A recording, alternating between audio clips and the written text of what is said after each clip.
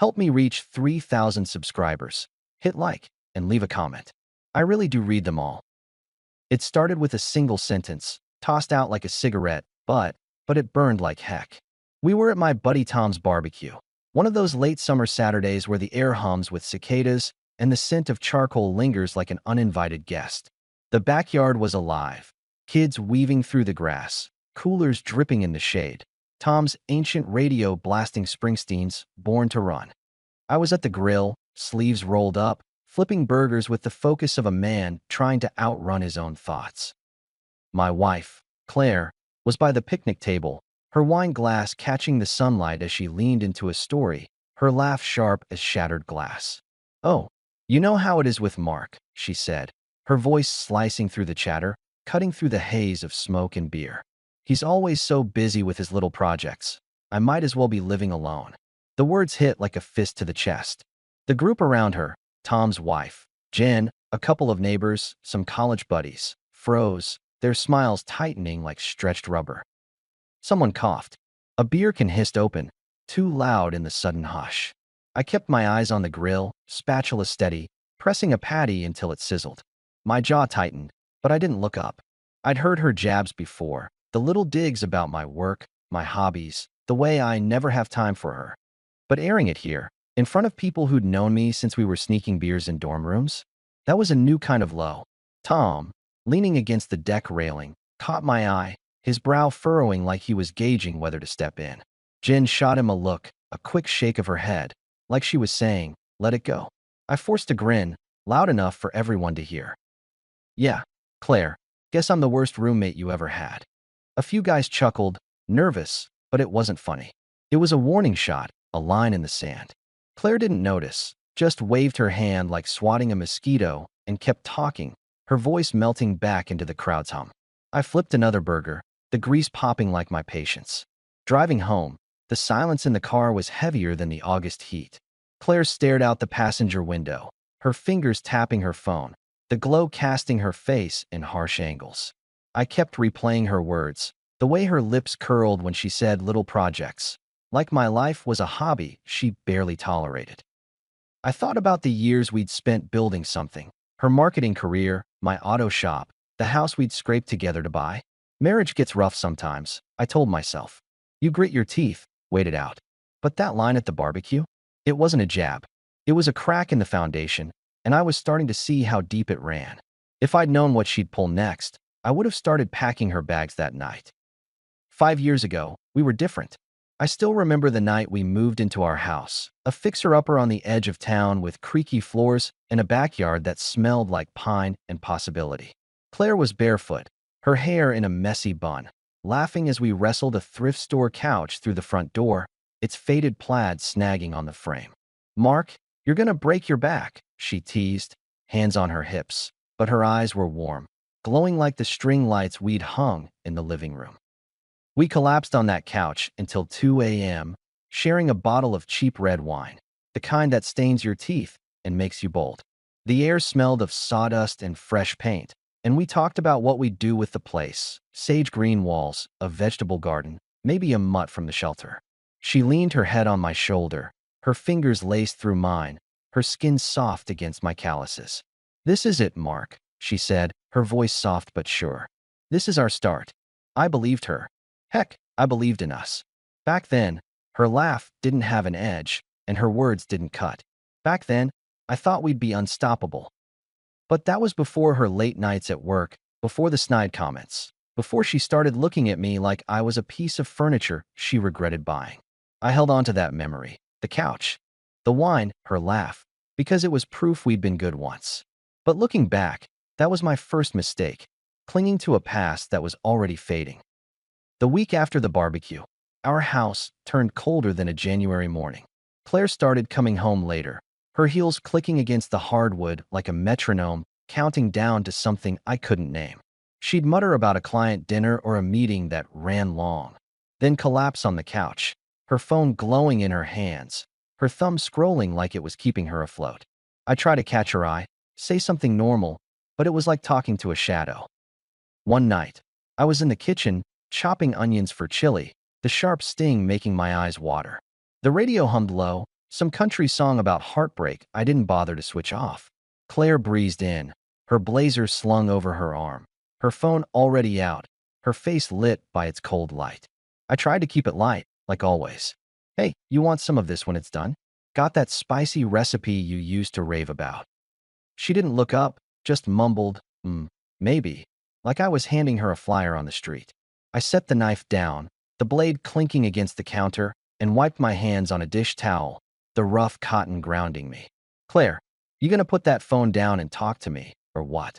She sighed, long and dramatic, like I'd asked her to run a marathon. Mark, I'm wiped out. Can we not do this right now?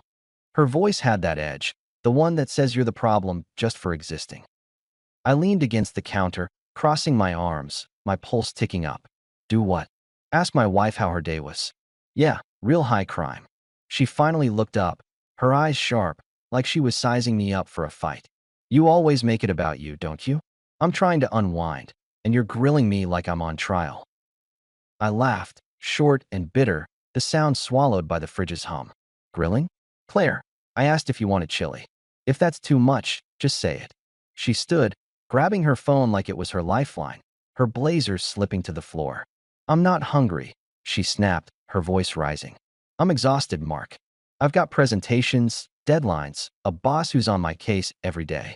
You think I want to come home to an interrogation? I stepped forward, keeping my voice low but firm. I get it, you're stressed. But don't act like I'm the bad guy for wanting to talk. You're not the only one with a life. Her eyes flashed, her fingers tightening around her phone. Oh, please. You're at your shop all day, playing with cars, while I'm drowning in meetings. You don't get it. She turned, her heels clicking as she headed for the stairs. I'm going to bed. I called after her, my voice sharper than I meant. You know, Claire, I'm not your doormat. You want to shut me out? That's your call.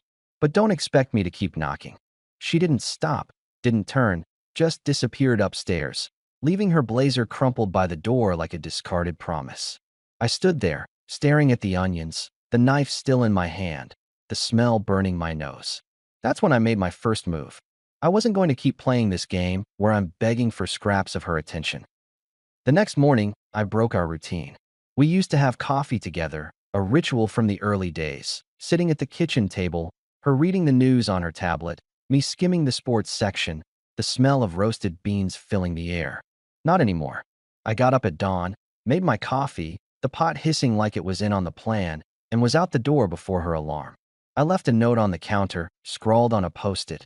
Coffee's in the pot. I'm out. No explanation, no apologies. If she wanted to freeze me out, I wasn't going to sit there trying to warm her up. When I got home that night, she was on the couch, same as always, her phone casting a pale glow on her face. The coffee pot was untouched, the post-it crumpled on the counter like she'd read it and dismissed it. She glanced at me, her eyes narrowing like she was waiting for me to bring it up. I didn't. I grabbed a beer from the fridge, its cold bite steadying me, and sat at the kitchen table, scrolling through work emails. Jen had texted earlier, asking if I was okay after the barbecue. I didn't reply. Two can play the silent game, Claire. The auto shop was my sanctuary, always had been. It's a small place off the highway, with a neon sign that flickers when it rains and a concrete floor stained with years of oil and grit. I'd built it from nothing, starting with one bay and a toolbox I got from my dad. Now, it's 3 bays, a crew of 4, and a reputation for fixing what others can't. That morning, after leaving Claire with her untouched coffee, I threw myself into work. Not for the money, but for the noise, the clank of wrenches, the hum of the lift, the smell of grease and metal that reminded me who I was. Javier, my lead mechanic, was under a '98 Mustang, muttering in Spanish as he wrestled a stubborn bolt. He saw me walk in, slid out on his creeper, and grinned. Boss, you look like you slept in a junkyard. Yeah, well, marriage'll do that, I said, tossing my jacket on a chair, the leather creaking. What's the deal with this one? Blown gasket, cheap client, same old story, Javier said, wiping his hands on a rag. You jumping in? I grabbed a wrench and slid under the car with him, the cool concrete against my back, the work pulling me out of my head. Claire's voice from the barbecue kept looping, that living alone line like a bad radio jingle. I tightened a bolt, the metal groaning, and focused on the task. Later, in the break room, we ate subs from the deli across the street, the smell of onions and vinegar mixing with motor oil. Javier leaned back in his chair, cracking open a soda. You're quieter than usual, man. Trouble at home. I took a bite, chewed slow, and shrugged. Claire's been on one. Thinks my life's a punchline. Javier raised an eyebrow, his grin fading. She always seemed high maintenance. No offense. None taken, I said, cracking a smile. She's been turning it up, public jabs, cold shoulder at home. I'm about done. He nodded, taking a sip of his soda. You remember my ex, Sophia? Used to pull that stuff. Always making me feel small, like I wasn't enough. I stuck it out too long, thinking it'd get better. It didn't. Yeah, I said, leaning forward, my sub forgotten. What did you do? Kicked her out, he said, matter of fact. Took a while, but I figured out I deserved better. You do too, boss. This place. He gestured at the shop, the tools, the cars. This is you. She don't get that. That's her loss. I didn't say much, but his words stuck. The shop was mine. My work, my sweat, my name on the sign. Claire could mock my little projects, but here, I was solid. Respected. Later, as we cleaned up, Javier clapped me on the shoulder. Whatever you do, Mark, don't let her drag you down. You're too good for that noise. I nodded, the weight of his words settling in. I wasn't going to let Claire take this from me. A couple weeks later, we were at the Wilsons for dinner. They're our neighbors, mid-50s, the kind who keep their lawn perfect and always have a story about their golden retriever, Max, who was snoring under the table. I wasn't thrilled about going. Claire's sarcasm had been relentless, little needles every time we spoke, but I figured we could fake it for a night. Big mistake. The Wilsons' dining room smelled like roasted garlic and candle wax. The table set with mismatched plates and a centerpiece of daisies Karen probably clipped from her garden. We were passing around a bowl of mashed potatoes, steam curling up, when Claire started in. She was telling a story about a work event, her hands waving, her laugh filling the room like it used to when we were good. Then she turned to me, her eyes glinting with something sharp. Of course, Mark wouldn't know. He's too busy tinkering in the garage to care about my job. The table went silent. Karen's fork froze halfway to her mouth, her eyebrow arching like a question mark. Greg shot me a glance, his jaw tightening like he was bracing for impact. I set my glass down, the clink loud in the quiet, and leaned back in my chair. Funny, I said, my voice low but steady. Last I checked, my garage projects keep the bills paid. What's your excuse for forgetting our anniversary last month? Claire's smile cracked, her laugh forced and brittle. Oh, come on, Mark, it was one day. You're so sensitive. Sensitive, I said, raising an eyebrow, my fork resting on my plate. Nah, just got a good memory. Unlike some people. Karen cleared her throat, setting her fork down with a soft clink. Well, now, she said, her voice careful, like she was navigating a minefield. I'm sure you two are just going through a rough patch. Marriage takes work, doesn't it, Greg? Greg nodded, his eyes on his steak. Sure does, he said, his tone neutral, but his glance at me saying he'd heard enough. But, communication's key, right? Claire laughed, too loud, trying to steer it back. Exactly. If only Mark could communicate without turning everything into a fight. Her voice was light, but her eyes were daggers. I took a slow bite of potatoes, letting the silence speak for me. Karen fidgeted with her napkin, her smile strained. Maybe we should talk about something else, she said, her voice bright but brittle. Did I tell you Max got into the neighbor's trash again? The rest of the dinner limped along, the air thick with unspoken words. On the drive home, Claire was a storm cloud in the passenger seat. You embarrassed me back there, she snapped, her arms crossed, staring out at the passing streetlights. I gripped the wheel, my knuckles white. You started it, Claire. Don't dish it out if you can't take it. You're unbelievable, she said, her voice low and venomous. You always have to make me look bad. I pulled into the driveway, killed the engine, and turned to her. You don't need my help for that, I said, my voice cold but calm. You're doing fine on your own. That night, I made another move. I stopped sharing my schedule.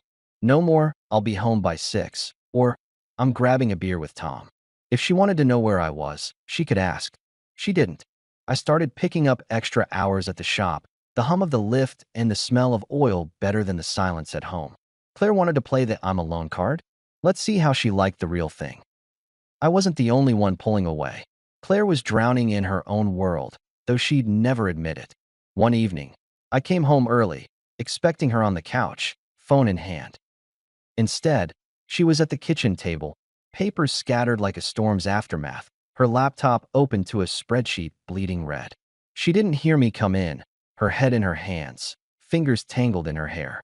For a second, I saw the old Claire, the one who'd stay up late with me, planning our future, her eyes bright with ambition. "You okay?" I asked, leaning against the doorway, my keys jangling in my hand. She startled, slamming her laptop shut, her eyes red like she'd been crying or fighting it. "Good grief, Mark, don't sneak up on me." "Didn't sneak," I said, keeping my tone neutral, stepping into the kitchen. "What's all this?" She swept the papers into a pile, her movements quick, defensive. "Work stuff. You wouldn't get it." I leaned against the counter, crossing my arms. "Try me." She sighed, her shoulders slumping, her voice low. "It's the new campaign. The client's a nightmare, and my boss is on my back every day. If I don't nail this, I'm done." She looked at me, really looked, and for a moment, I thought she might let me in. "I'm barely sleeping, Mark. I'm in over my head." I nodded, softening just a fraction. "Sounds rough. You want to talk it out? Maybe I can't fix it, but I can listen." Her face hardened, the moment gone. "What's the point? You're always at the shop, playing with your cars. You don't get what I'm dealing with." She grabbed her laptop, her movements sharp. "I'm fine. I'll handle it." I felt the sting, but I didn't bite. "I'm here, Claire. You're the one shutting the door." She laughed, short and bitter, heading for the stairs. "Don't act like you care now, Mark. You're too busy with your own stuff." The papers stayed scattered, a mess she left behind like everything else. I stood there, staring at the chaos, and saw it clear. Claire wasn't just pushing me away. She was pushing everyone away. Her job, her stress, whatever was eating her. It wasn't an excuse, but it was part of the picture. She was unraveling, and instead of reaching out, she was lashing out at me. I felt a pang of pity, but it didn't change the truth. I wasn't her punching bag. By now, our house was a war zone of silence. Claire had doubled down, ignoring me, snapping when I spoke, dropping snide comments like they were confetti. One Saturday, I was in the living room, the TV droning a football game I wasn't watching, when she stormed in, arms crossed, standing in front of the screen like a judge delivering a verdict. "We need to talk," she said, her voice clipped, her eyes blazing like she'd been rehearsing this all day. I muted the TV, the silence heavy as a storm cloud. "Go ahead. Talk." She launched into it, her words sharp and practiced. "I'm tired of this, Mark. You're never around. You don't care about what I'm going through, and I'm basically doing everything myself. I need you to step up, or this isn't going to work." I stared at her, letting her words settle like dust. "Step up," I said, leaning forward, elbows on my knees. "You mean like paying the mortgage, fixing your car, cooking meals you don't even touch? That kind of stepping up?" She rolled her eyes, like I was a kid missing the point. "You're twisting this. I'm talking about emotional support. You're checked out. You don't even try to connect with me." I stood, meeting her eye to eye, my voice steady but hard. "Connect? Claire, you've been treating me like a tenant for months. You snap at me, mock me in front of our friends, and now you're giving me an ultimatum? What's next? A PowerPoint on how I'm failing you?" Her face tightened, her arms crossing tighter. "If you don't like it, figure out what you're doing wrong. I'm not the one pulling away." I laughed, not because it was funny, but because it was absurd. "Pulling away? You've been pushing me out the door since the barbecue. You want to play victim? Fine, but don't expect me to play along."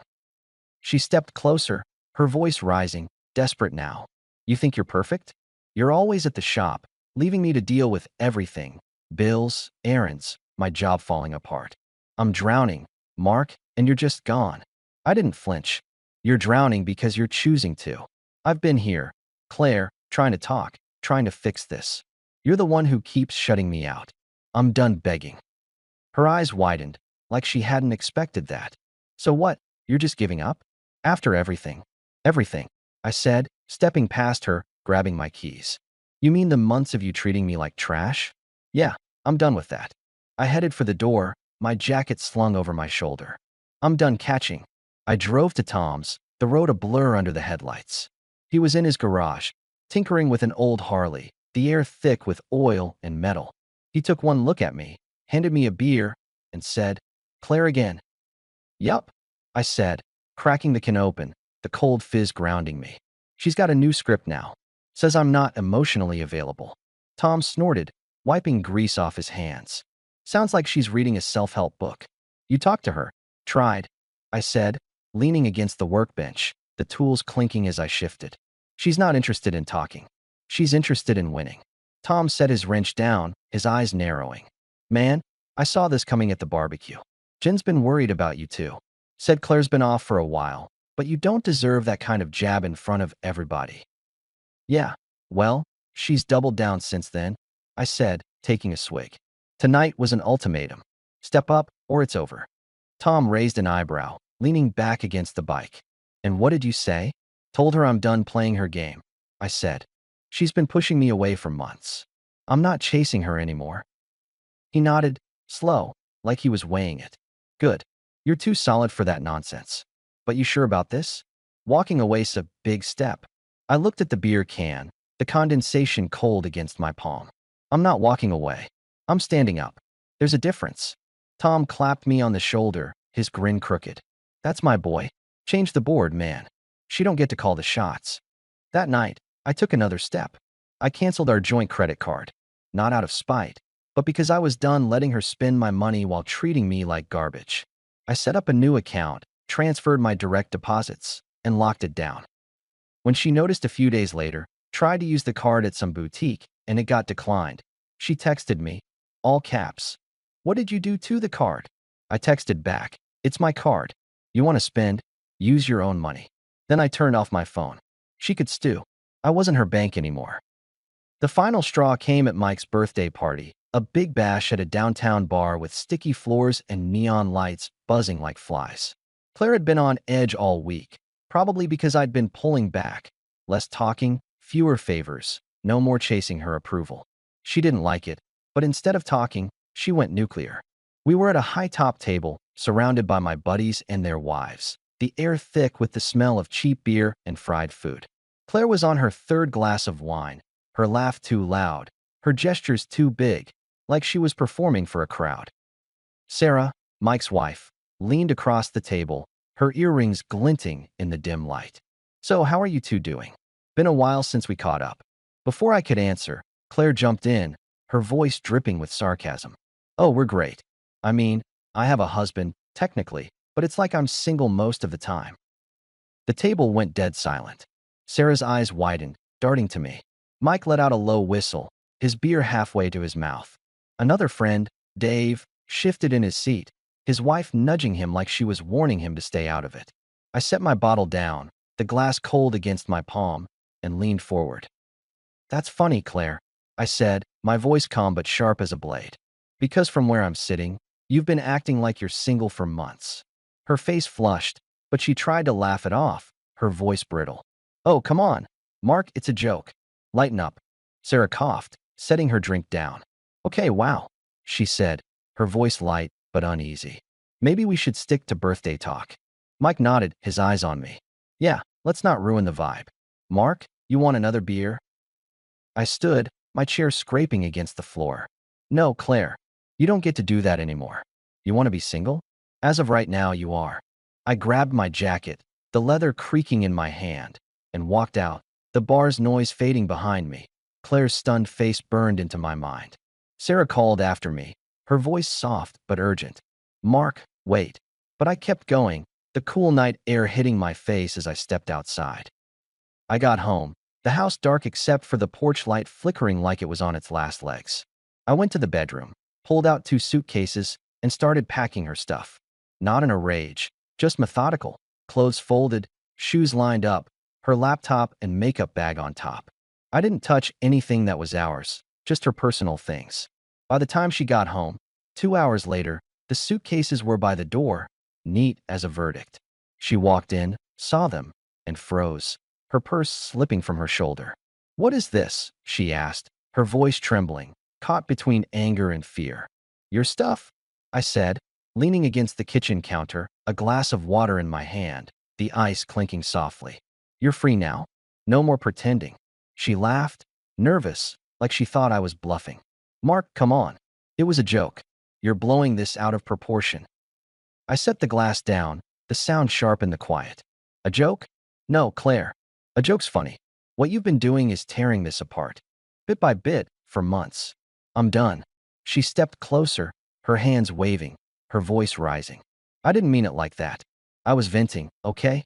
I'm stressed. Work's been crazy, you know that. You can't just end this over one dumb comment. You think this is about one comment?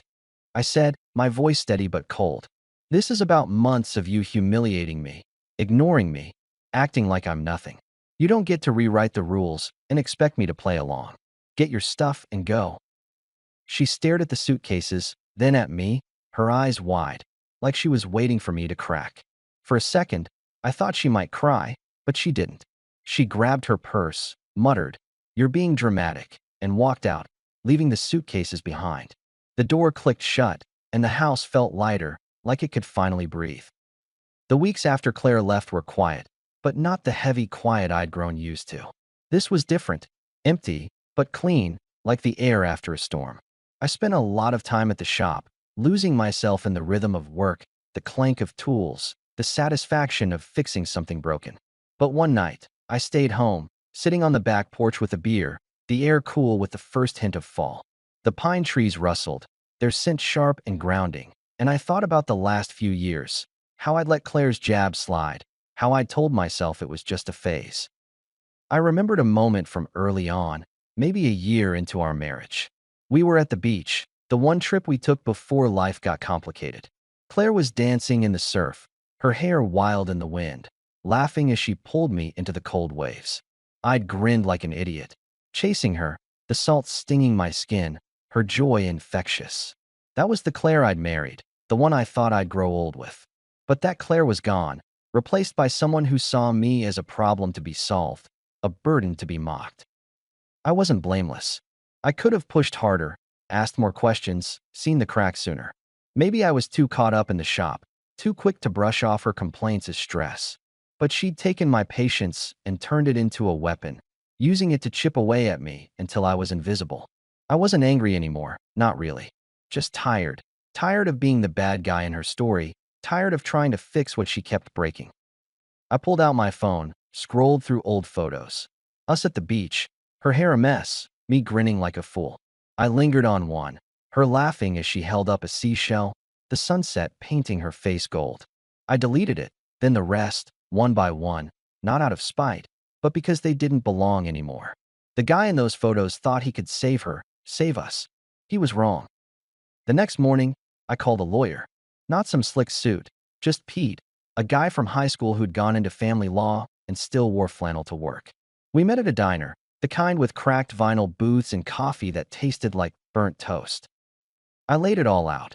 Claire's public jabs, the cold shoulder, the way she'd chipped away at me until there was nothing left. Pete listened, scribbling on a legal pad, his eyes sharp behind his glasses.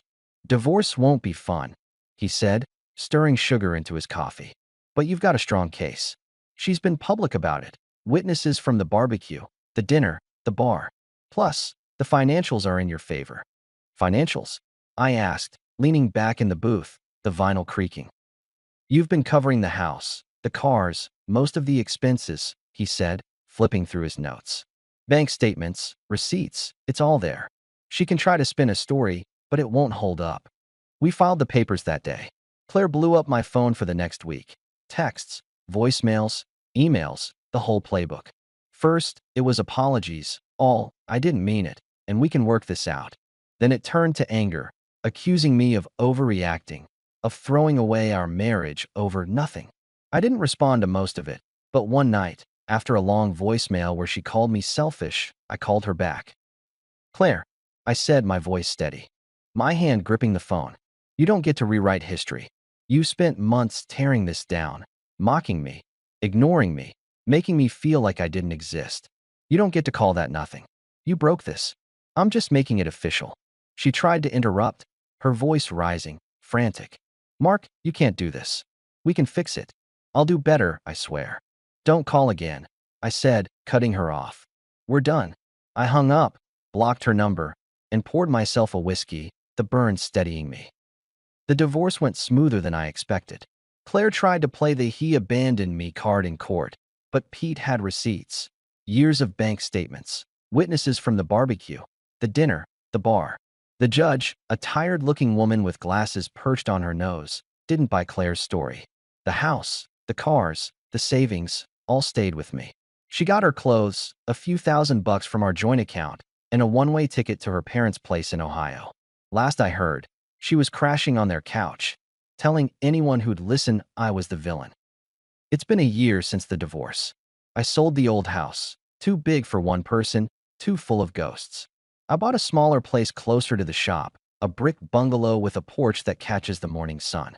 It's quiet here, the good kind of quiet. No tension, no waiting for the next jab. The shop's thriving. We just took on a new client, a guy restoring a '67 Camaro, and Javier's already betting he can get it done in a month.